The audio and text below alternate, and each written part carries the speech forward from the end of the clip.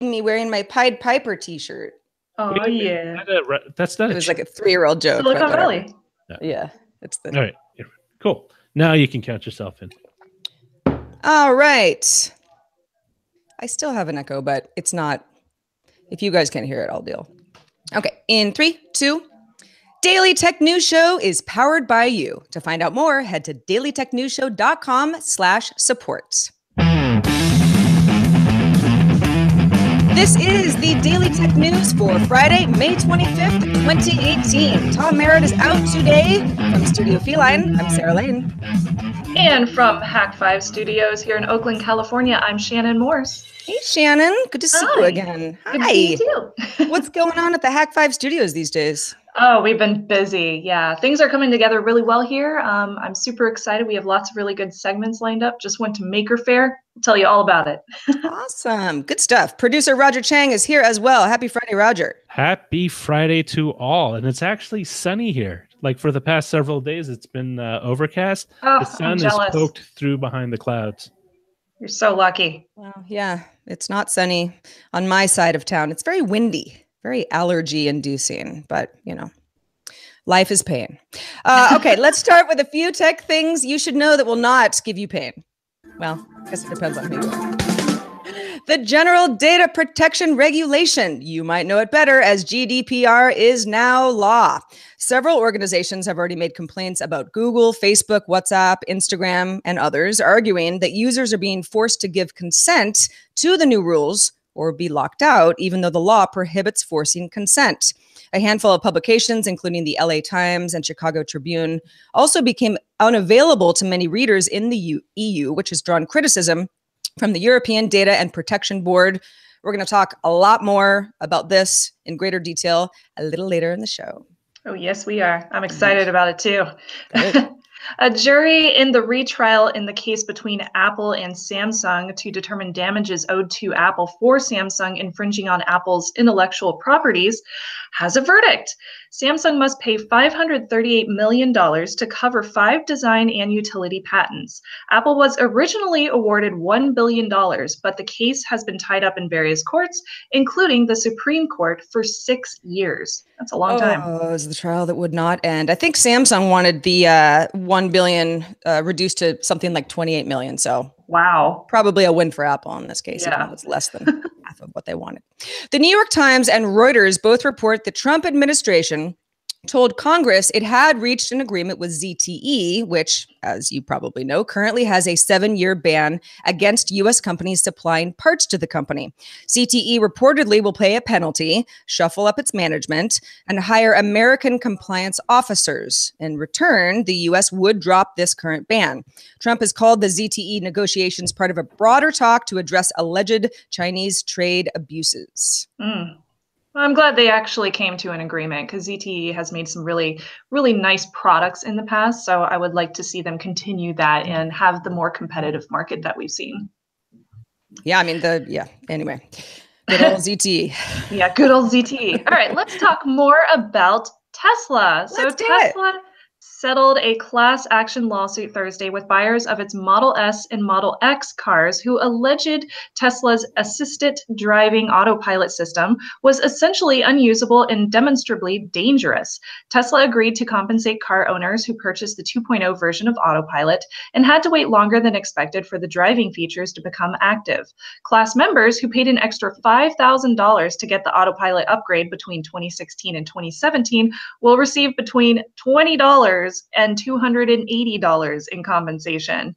Tesla has agreed to place more than $5 million into a settlement fund, which will also cover attorney costs and other fees. Wow, yeah, don't spend it all in one place. People who paid $5,000 to get autopilot early. Yeah, well, class action. Yeah, I get these in the mail all the time, right? You might be part of a class action suit, and sometimes I investigate. Oftentimes I don't, because in many cases it all kind of goes to lawyer fees. Yep. But the idea of paying extra to get a feature that was, late, okay, that's fine. But if it also doesn't work properly, that's a problem. Yes, absolutely. I would want a refund if I were them. Yeah. Tesla had an interesting week, to say the least. Sources tell Bloomberg that Essential Products Inc., that makes the Essential phone, co-founded by Android creator Andy Rubin, wants to sell itself and has stopped development on Essential smartphones. The sale could include Essential's patent portfolio, hardware products beyond the phone, like a smart home device that it was apparently in the works, and a camera attachment for the phone. Essential's engineering talent may be part of a deal as well. Last November, Rubin took a short leave of absence from the company amid reports about workplace misconduct during his time at Google. I'm not super surprised about this information coming out of Essential because it seemed like they were on kind of shaky grounds for a while now. So to hear that they've finally just decided to sell itself, not necessarily something that I'm surprised about at all. Yeah, and it doesn't necessarily have anything to do with Andy Rubin's personal stuff. No, absolutely not. You know, it might not. I know that the Essential phone, the original phone, remember when Tom got his, he was very excited about it. Mm-hmm. Nice phone, but didn't sell very well. Right, so, exactly. And there have been updates since then. And yeah, you know, a lot of people say there's nothing wrong with it. It's just a really competitive market. And it's also not the cheapest phone. So when you look at it in that sense, it's, you know, it's almost like a Tesla of smartphones. It's, you know, if you capture the attention and, you know, the delight of users, great. But if you can't, you're not going to be around very long. Yeah, it's sad. It's a little disappointing because I like seeing more competition in the cell phone market, like I mentioned with ZTE. But to make a phone that's so expensive, I think they were expecting to sell a lot more than they actually did. Yeah. According to new sales data by Canalys, Google took the first spot in smart speaker sales in Q1 2018, beating Amazon for the first time. Google shipped 3.2 million Google Home and Home Mini devices in the quarter, compared to 2.5 million Echo devices. Chinese manufacturers Alibaba and Xiaomi took third and fourth place, both beating Apple's HomePod sales. Well, we knew the HomePod was not going to be number one. Right. HomePod sales have lagged in part because they were late to market and also expensive. But the Echo has been in the top spot for some time, so this is very interesting. Shannon, do you have a Google Home or an Echo or Weirdly, I have both, which I almost don't want to say because of all the craziness with Apple or with the Echo this week and how it was secretly spying on people and everything. But yeah, I own both of them. And again, not surprised with this news because when we went to CES this year, DTNS and Tech Thing as well, we noticed a lot of Google Home or Google Assistant integrated in all sorts of different kinds of products. So I think it's becoming a really household well-known brand and well-known name as far as using Assistant goes. Also, a lot of times I find that it's easier to use because it's integrated straight with your Google account, as opposed to the Echo, which requires, you know, third-party APIs or services to be connected to it. Yeah, you hear a lot of reports lately of PCs now shipping with Amazon's Assistant. You know who she is, and that's all fine and good. But yeah, Shannon, I think you make a good point that if you are in the Android/Google ecosystem on any reasonable level, then if you are at least starting out with a home device, it's just more integrated. And yes, you can use Amazon's AI as well, but for anybody who's like, well, what's already, built in. Right. Amazon was really enjoying a runaway hit there. It's also less expensive than the Google Home. That's true. Not the Mini, but so it's a race. It looks like Google's taking the lead. At the Viva Technology Industry Conference in Paris, Yann LeCun, chief AI scientist for Facebook, said the company is designing energy-efficient computer chips to analyze and filter live video content, saying that current systems take too much energy, need to be redesigned. He added, quote, Facebook has worked on hardware before. It makes its own server design, motherboards, its own communications chips for data centers. So this is not completely new for Facebook. Interesting. It was also making a smart speaker, as I recall, which was supposed to be introduced at F8, but that didn't happen. True. Yeah. Oh, Facebook. Valve says Apple denied approval of its Steam Link app for iOS, which lets users stream PC games from a computer on the same home network. Apple initially approved the app on May 7th, but revoked it 2 days later, citing business conflicts with the app guidelines.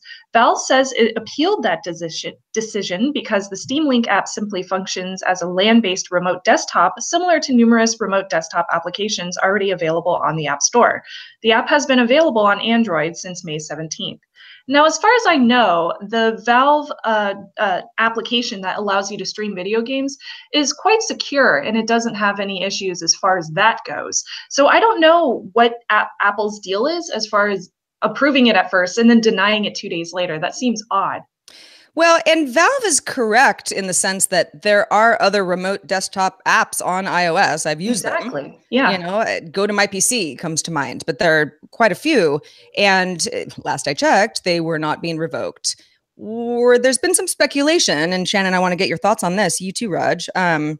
If this is about games, which of course iOS makes a percentage of from purchases, right? It's an iOS game rather than remote desktoping into a PC. And iOS and Apple rather doesn't like the idea of losing out on that revenue. Could that be part of this? That's actually a really good point, and one that I didn't necessarily think of, probably because I don't use Apple very often for any of my devices.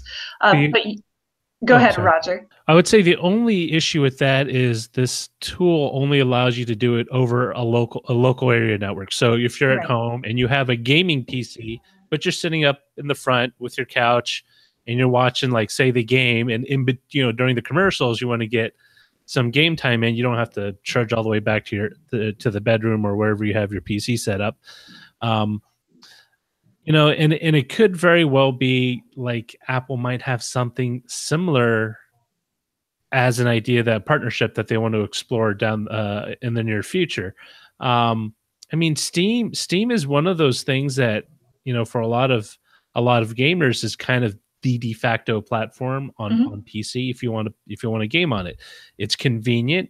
It's relatively inexpensive. I mean, the app is free, and they constantly do weekend sales for a number of games. So it's not unreasonable to expect a game that lists for $60 maybe be 10% to 20% off on special deals, especially AAA games.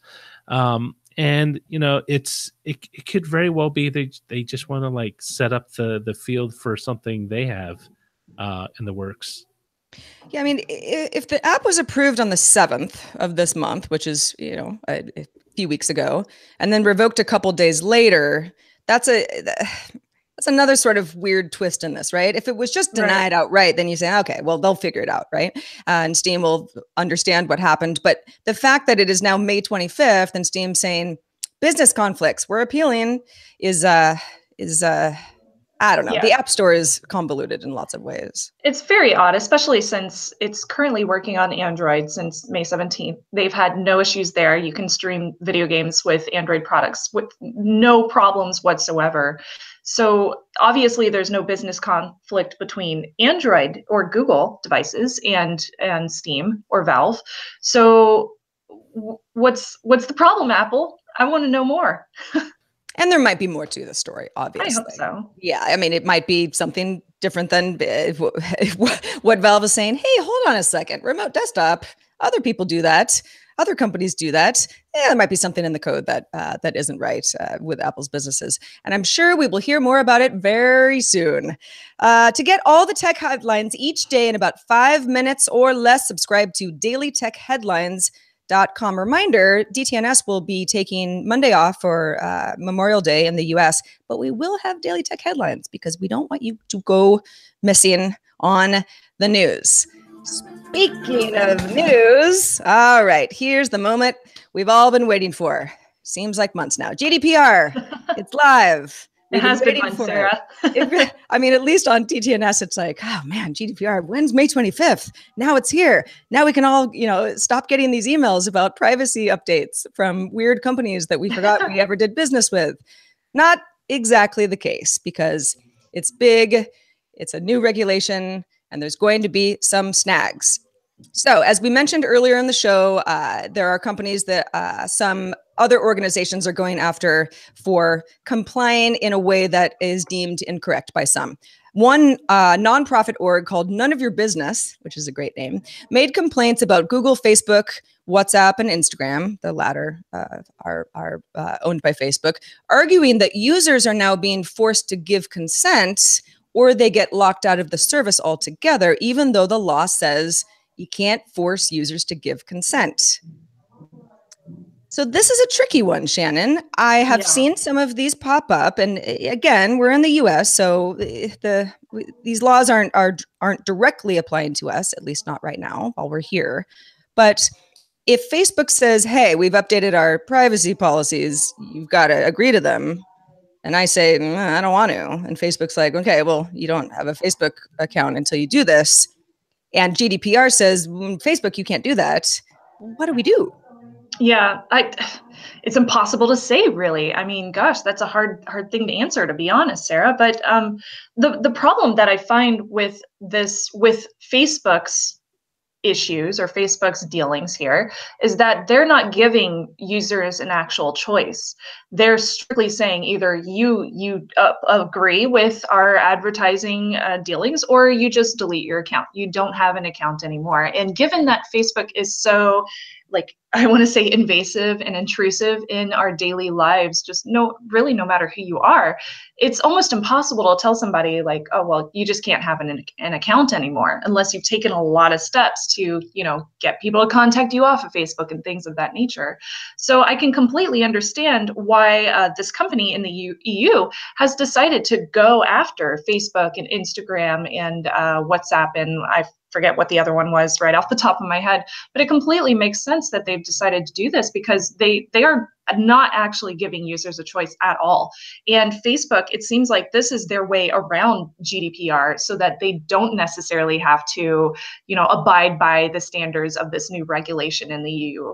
So I'm disappointed in the fact that Facebook is taking this route, and I'm glad that they are being sued and they are being looked at by the regulatory powers in the EU, because I don't think what they're doing is right from a privacy protection standpoint. And I would like to see them be regulated more, because we've seen what's been happening with Facebook for the past year. And another problem that I have with this is that they've had a 2-year grace period. And I just kind of wanted to throw that out there. Like, things didn't go into effect until today, but there was a 2-year grace period for these companies to start getting under this GDPR regulation. So why are they all of a sudden being like, well, sorry, either you delete your account or you gotta share your information with us? It's just unfair. Yeah. Just to clarify, the nonprofit None of Your Business is complaining, not suing. Could happen. But these are initial steps. But it could become more of a thing. Another group based in the UK called Privacy International launched an investigation into companies that do those behind the scenes trading of personal data that they get from companies like Google or Facebook. Axicom, Criteo, never heard of it. Quantcast, I have.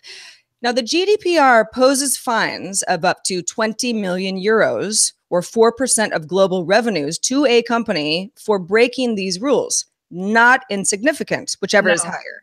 So again, I think we're going to see some messiness here. It's definitely some messiness because, as much as we like to rail against the large evil tech companies for being, incredibly capricious with our information and, almost willing to throw people under the bus to get ahead, so to speak.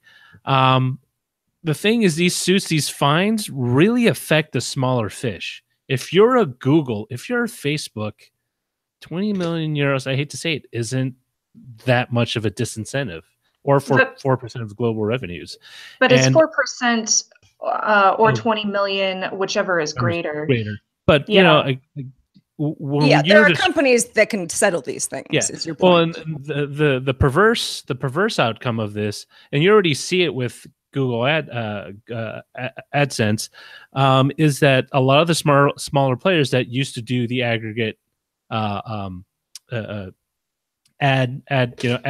selling, doing what Google did will probably be just basically push out of the market, because it'll take a larger fish that can not only comply with the rules, but can also deal with any fines if something hiccups along the way. And so what you will have in some cases, and this is my opinion, this isn't any kind of thing that's written in stone, you might have a situation where you basically reinforce the monopoly that a lot of these companies already have in their respective fields in that part of the world. Some news sites, speaking of the U.S., that are based in the U.S., temporarily unavailable in the EU following GDPR. Whew. So I actually saw some stuff about this last night because I follow a few reporters who work for the LA Times. The LA Times, which the parent publisher is Tronc, publishes the Chicago Tribune, as I mentioned earlier, the Orlando Sentinel, Baltimore Sun, New York Daily News, posted a message telling users it was sorry without really saying why access was revoked for a lot of people in the European Union. Another company, Lee Enterprises, which publishes 46 daily newspapers, more regional, and in the US across 21 states, gave a similar statement, said, "We're sorry, the site is temporarily unavailable. We recognize you're attempting to access this website from a country belonging to the European Economic Area, including the EU, which enforces GDPR, and therefore cannot grant you access at this time." Shannon, as you mentioned, in 2016 was when the EU adopted GDPR and said, everybody's got a couple of years to make the necessary changes. This was replacing a very old data protection directive from 1995. So the whole idea was, hey, privacy is a whole different ballgame now. We've got to update this stuff. So a lot of these companies and these publications in particular, people are saying, well, what's the problem? Do you not have enough readership?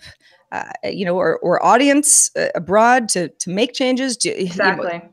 Or did you kind of think that it wasn't going to work? Or I mean, it's all just skepticism on my part, but I truly believe that a lot of these companies just didn't put any time into developing new privacy policies for their companies, or they just didn't want to put money towards it, because obviously you're going to have to either hire a lawyer to figure out the privacy policies for you, or you'll have to put in a lot of time yourself to do it. I mean, from a consumer standpoint, we only started really learning about GDPR a few months ago, but from I sell merchandise online with Hack5 standpoint, we've heard about GDPR for years, and it's not the first time that this has been developing at all.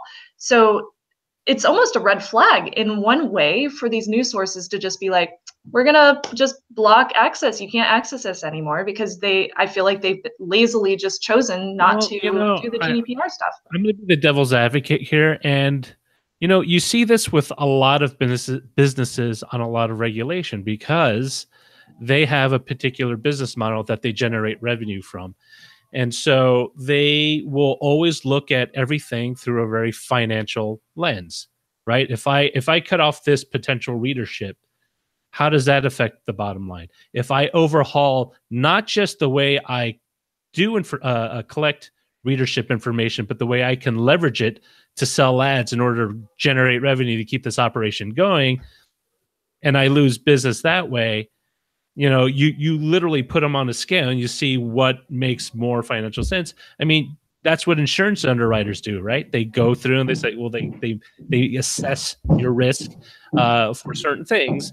And they, perversely, like for car companies, like, well, we can either take the hit on the Pinto and pay everyone out that sues us, or we could redesign and overhaul the car that's going to be phased out in a couple of years anyway. And so you take the path of least resistance when it comes to the bottom line, because, as crass as it is, I mean, most of these, newspapers, most of these news outlets are businesses, and that's what they look at. I've heard that argument a little bit on the Twitterverse, and I was going to come back at you and be like, I will debate this with you. I think they should offer a paid service, but then if they don't offer if they did offer a paid service and somebody didn't want to pay, then they would just not have access whatsoever. But then wouldn't they run under the same problems that Facebook and Instagram and WhatsApp are facing currently, where either you offer it or well, you don't. that's the argument. Like, will Facebook roll out a paid version in the areas that are under GDPR regulation? And they would just say, you know what, you pay your €10 a month to access Facebook, and you won't be tracked. We won't use data, but this is the amount of money we need per person to keep Facebook running. Yeah. So I can absolutely understand that sentiment for news sources. I mean, myself included, you know, we strive to make what we can off of YouTube or off of advertising revenue or whatever it might be for whatever news source that you work at. So it makes sense that they need some way to make money. And if they can't do it through the EU, what choice do they have, really? Well, I'm sure there's people who are opposing GDPR, and you could write into us and tell us all about it. But for the most part, everyone I know who is based there is like, this is great. These laws are good. These are, improved privacy laws. So kind of ironic that maybe your favorite publication, maybe it's the Tribune, all of a sudden you're like, more privacy. And now I'm cut off from something. So, that's a bit counterproductive. But again, this is Day 1, GDPR, May 25th, just happened today. So there will be more to the story for sure. And don't forget, everybody, just in case you can't survive without those news sources, there's always a VPN. Indeed, there is. Thanks to everybody who participates in our subreddit. We love you guys. You have good ideas. You find stories regularly that I have not seen otherwise. So I need you. Keep it up. Submit stories and vote on them at dailytechnewsshow.reddit.com. If you prefer Facebook, we are there as well. Facebook.com/groups/dailytechnewsshow. Got an email from Darren from Kamloops, British Columbia. I hope I said that right. And he says, hi, guys. Please settle an argument I'm having with my wife. What the heck is that statue action figure in the background of Sarah's studio? I think you're talking about Enid from Ghost World. Unless you're talking about Domokun, it's probably Enid. That's who it is, Enid from Ghost World. I don't know what your argument was, but I'd love to know more about it. So hopefully that answered the question, Darren. Have a nice weekend. Now I am kind of curious about what the character was that he thought it was, or that his wife thought it was. Yeah, exactly. She's great though. You can take her little hat off. She's got she has a club. I don't know where it is, but you can put it in her hand. I don't know. She's my little friend. Well, moving on to a tech-related email. Mike wanted to add to our discussion earlier this week about police using Amazon facial recognition software for their body cameras. He writes, regarding Amazon's partnerships with police departments, Sarah made an offhand comment that Amazon probably wasn't going to meld together its recently acquired network of Ring cameras with whatever recognition turns into. It made that's me the name of the AI that they're using with law enforcement. It made me remember another story that popped up about a month ago, and now in conjunction with the news about facial recognition leads to some interesting hypothesizing about the possibilities for identifying criminal suspects. And he also linked to an article from May 1st about Orlando City Commissioners approving a partnership between the Orlando Police Department and the Ring video doorbell security systems fighting crime. All right. Well, Mike kind of disproved my theory that I was like, Amazon doesn't want to get involved in criminal investigations. If you've got a facial recognition camera at your front door and there's a suspect who might be in some police database somewhere, well, it sounds like at least in certain cases, it is being tried. Yeah, it's interesting. I'm going to follow that a lot more because that sounds really fascinating. Well, Shannon, that is precisely the reason, among many, why we love having you on the show, because you're so good at this stuff, and you always have all the information that goes a little bit beyond what a lot of people, I think, probably put into privacy. But that's what you do. In fact, tell folks where they can learn more about your security know-how. Well, thank you, Sarah. Yeah, I always try to think about those security and privacy loopholes so that y'all don't have to think about them, because we think about them sometimes. Like your expertise. It gives me headaches sometimes just thinking about all that crazy stuff. But hack5.org, hak5.org. That's the place where you can check out all the different shows that I do. And currently, I am on the verge of posting my episode about Maker Faire, a little teaser trailer there, which was super fun. So we also got to do a little bit of B-roll for Tech Thing, TEK Thing, at Maker Faire. And I interviewed a girl who built her own BB-8, and she's currently in the midst of getting it up and running, which was so exciting.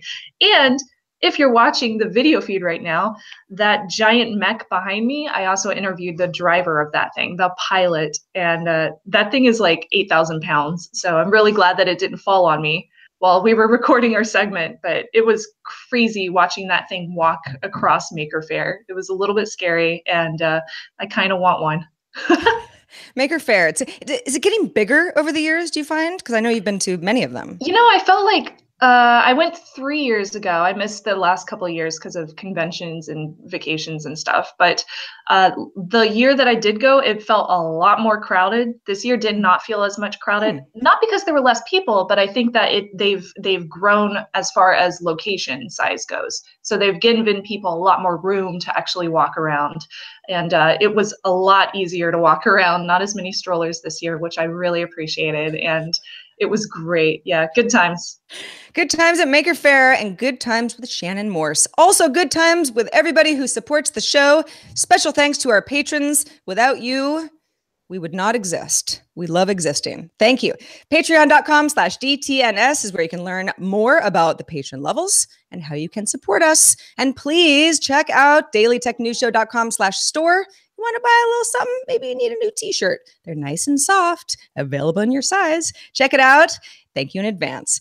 Our email address is feedback@dailytechnewsshow.com. We're live Monday through Friday at 4:30 p.m. Eastern. That's 2030 UTC. Find out more at dailytechnewsshow.com/live. Reminder, we are off on Monday. It is Memorial Day in the U.S. You will still get Daily Tech headlines, and we'll be back on Tuesday with the great return of Tom Merritt and guest Ayaz Akhtar. Talk to you then.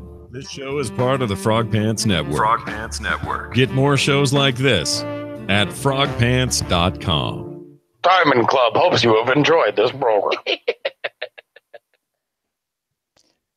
Nailed it. Woo! Yay! Great job, Sarah. We made it 2 weeks. Well, I mean, not me. I just mean like 2 weeks without Tom has ended. Boy, do I miss that clown. But now we have leverage host, when we go into negotiations. That's right. That's right. Yeah. Yeah. You want to go on vacation again? Well, it's gonna cost you. No, just we kidding. have to talk about this. No, it's been great. It's Tom is, Tom, he's been active. He had a couple of meetups in Australia during his time there. He's been in Sydney. I hope he's rested. I really hope he's rested. I mean, we were all kind of like, dude, you should take some time off. Right. Well, he and Eileen were in Sydney and then Melbourne. Somebody corrected me. I said Melbourne the other day. Oh yeah, Melbourne. Melbourne toast. And I don't know, maybe there have been a few places in between, but I don't know. I can't wait to hear more about it. Yeah, he should have. Really good time. He promised us Joey's on his return. Oh, I want one. I asked for 2. I just needed one to keep my kid happy. Right. I'm like, I mean, 1 is fine, but if you can give me 2, I want 2. Don't ask for drop bears. No drop bears. What are drop bears? Drop bears are you should Google it. No, they're not fictitious. There are pictures online. They are. I have been to Australia. I've been there twice. I have not seen any. I've been. What is it? Went to the wrong place. Bear that supposedly drops from the eucalyptus trees and attacks you. They're like mutant koalas. They have really sharp teeth and very sharp claws, pointy teeth. I tried this on Tom 6 months ago. He didn't believe me. And their eyes turn red whenever they see tourists.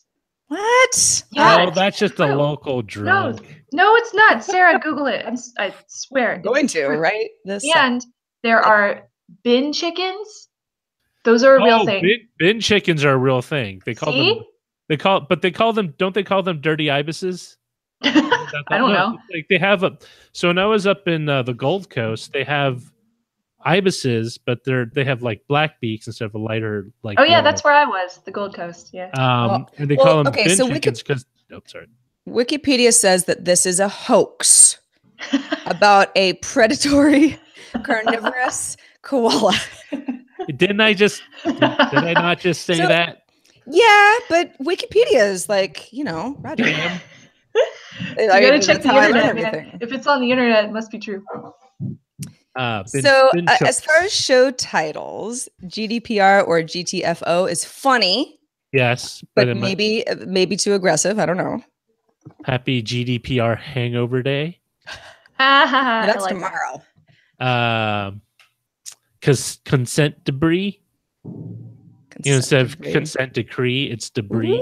Ooh, that's pretty. We could say GDPR consent debris to give it a little bit more context. Okay. Oh, I like that. Let's do that. Yep, I like it. GDPR consent debris. Done. Oh, yeah. But yeah, for everybody who has been watching the last couple of weeks, I don't want to give like an Oscar speech or anything, but thanks so much for, I don't know, being so cool to all of us. I've not done the show for 2 weeks in a row without Tom, here and there, sure. But, Roger has been the biggest help ever. And of course, Shannon and all of our regular contributors just, kept everything afloat. So thank you. Thanks, Sarah. That means a lot. Of course, yeah. Just it's a teamwork makes the dream work, right? So this is a picture of a bin chicken. Oh, which is when I was there, they were referred to as a dirty ibis. Yeah, it doesn't look like a chicken at all. It looks like it's a pelican slash. It's weird that they use the term chicken because in Australia, chook is slang for chicken, so you would say bin chook. Oh, a chook. I didn't know that either. You go down to the shops for a chook. Full of Australian trivia. I know none. There's so many. That must be a great topless bar. There's 4 X's on it. No, Roger, that's a beer. It's called 4X beer. It's like, oh. Yeah, like, is there any, like, triple X, but like when you have 4, I don't think that means like more racy, right? There's no such thing as 4X. Oh, here. You don't believe me? No, I mean, when it refers to not safe for work material. So this is okay. Everything I see here right now is a bottle, so that has to be safe, right? Yeah. So that's 4X gold, but that they just had signs. I didn't know it was beer. Yeah, I was like, I just see it in the window. I was like, well, there's so many topless bars like 2 doors down from each other. It's like, no, it's beer. Oh, I get it. That's funny. Yes, McDonald's is a Macca's. I actually prefer their Big Macs there because they use the thing about McDonald's, and people really rag on them for being a large faceless corporate entity, is that when they source their foodstuffs, they source it locally. So if you get like a burger in McDonald's in Sydney or Melbourne, you're gonna get it from a local cow or localized regional cow. And it's pretty good. It's not bad. The breakfast still sucks, but the other stuff is fine. Is that some Australian law where? No. McDonald's gets a lot of beef McDonald's and other stuff. Sources everything locally because that's how their supply chain works. Well, I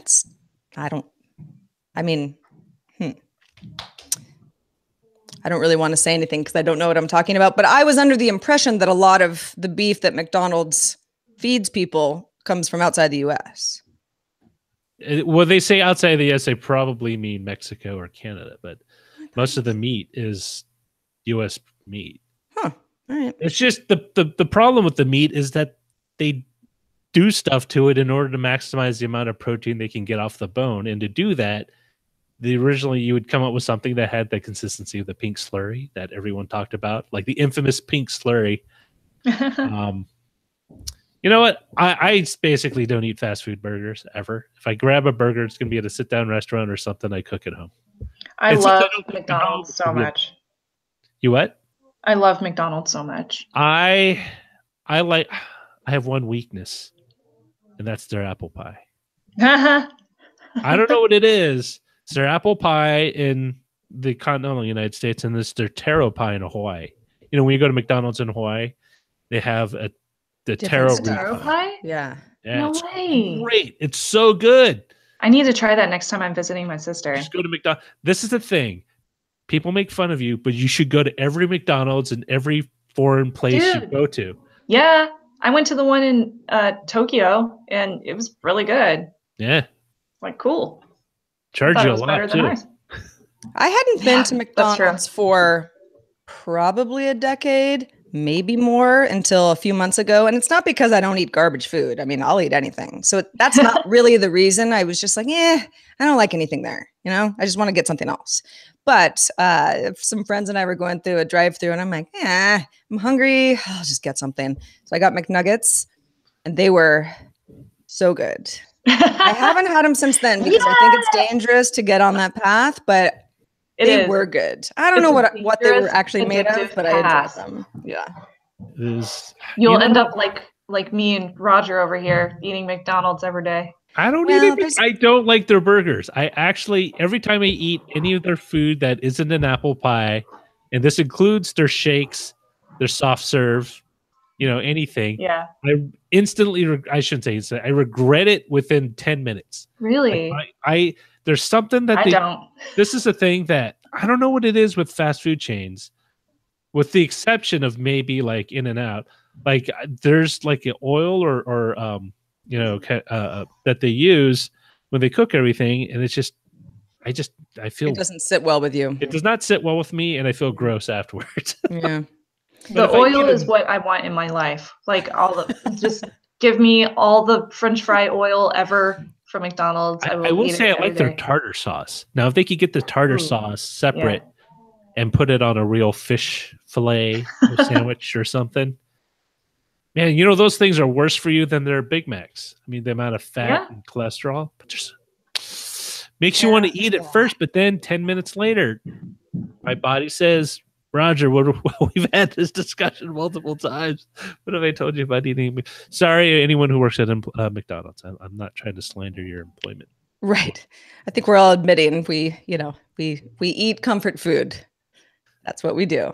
It's funny. I was having a conversation with a friend yesterday, I guess, and she was like, I didn't even eat any vegetables today. And I'm like, I haven't eaten vegetables in like a week. I know that vegetables are good for you, and I try to eat them regularly, and maybe other people are different, but I feel no different, really, if I eat them or not. Besides knowing that they're good for me, I'm like, does it change my day though? Not really. I actually ingest it in the form of a beverage. I take kale and they shove it in a little magic bullet. You just get it over with? With frozen strawberries, fresh strawberries, a little bit of fruit juice, mostly water. And it tastes just like you think it would. It tastes like you mixed kale with fruit juice. But I drink it and I get my fiber and all the other stuff that you're supposed to have in your regular healthy diet. Yeah. I'm sure if I went long enough without vegetables, it would affect me in a negative way. Yeah, I mean, probably. It's sort of like vitamins, right? Like I have a shelf of vitamins, but sometimes I just kind of forget, and then I get out of the ritual, and I just don't know what's really changing either way, besides my general well-being and feeling like I'm doing good things. So this is the thing with vegetables. I love vegetables. I hate preparing vegetables because there's a lot of cleaning because they're on the ground. Like spinach. If you ever had to clean fresh spinach, your sink would be like a beach. It's filled with sand because it glows. It grows so close to the bottom, to the ground, that dirt invariably gets inside it when they harvest it. So you gotta rinse it out, and it's one of the reasons why I used to buy frozen spinach until I realized that spinach was giving me gout, and I had to swear it off. I buy the pre-washed, which is more expensive, but it solves the issue you're talking about. Because I always thought I washed it pretty good, but then you take a bite and you're like, it's really and then gritty. There's a bug in it. It's really or bug. I ate when I bought a pack of strawberries, It was it was the middle of the season. There was one in the pack that was super big, like huge. And I didn't want to bite into it. It's like, oh, it's kind of big. I wonder what it looks like if it's all meaty inside. So I split it apart, and there was like an insect in it, like it laid an egg and it was eating. It was dead. Gross. Yeah. And I haven't had lunch yet. There was no, like, you saw no indication. No, I didn't. That's what freaked me out. See, all right, I'm off all natural food. Give me food cubes. It's McDonald's or it's nothing. All right. On that note, thank you again for watching this episode of Daily Tech News Show with Sarah Lane, Shannon Morse, and myself, Roger Chang. Yes. We'll be back Tuesday. Monday is an American holiday, Memorial Day. But Tom will be back next week, so you can all rejoice. Yay. Show goes back to normal. For how long, I don't know. But I can tell you it's going to go back to normal. But Tuesday. And we'll see you next week. Thanks, everybody. Have a great weekend. Yeah.